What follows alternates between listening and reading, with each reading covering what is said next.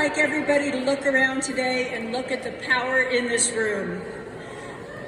We need leadership now more than ever, and Montanans can and must do better. But that will only happen with loud, persistent, and a unified voice. Right now, we have a utility that is pushing to invest in more coal, while other utilities, While other utilities and investors are exiting in droves because of the climate crisis. Our Public Service Commission has repeatedly refused to consider the climate crisis and require utilities to modernize and provide clean and affordable power.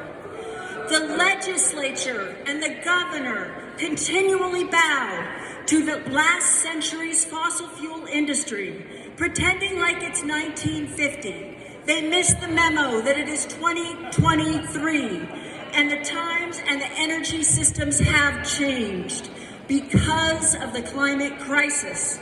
We have less than 10 years to get it together.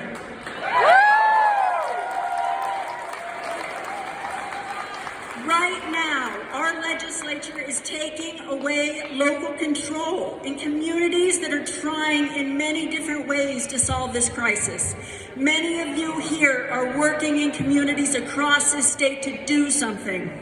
Locals should have the right to listen to their constituents and address the climate crisis now. Legislators 500 miles away should not have the right to take away a community's ability to do what its constituents demand.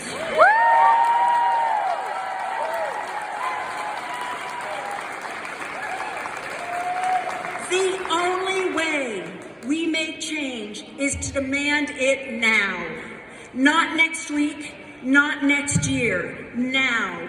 We're here. We're doing the work, and we're ready. It's time for our leadership to listen and take action and do their part so we can truly have a clean and healthful environment for present and future generations, and not just short-term economic gains for a few. The solutions,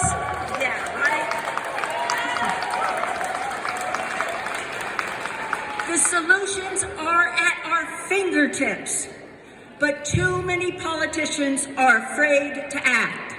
Here is a shout out to all the politicians here today who are doing their best, who are trying hard every day. Thank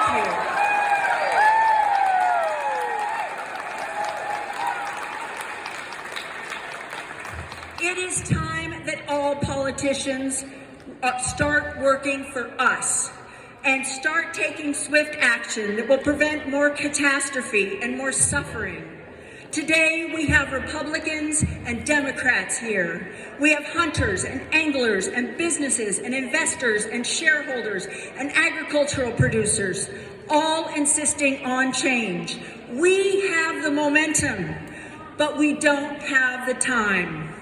We don't have time to pay billions of dollars to a utility to destroy the climate so that it can expand fossil fuel resources and enrich its shareholders and executives at our expense.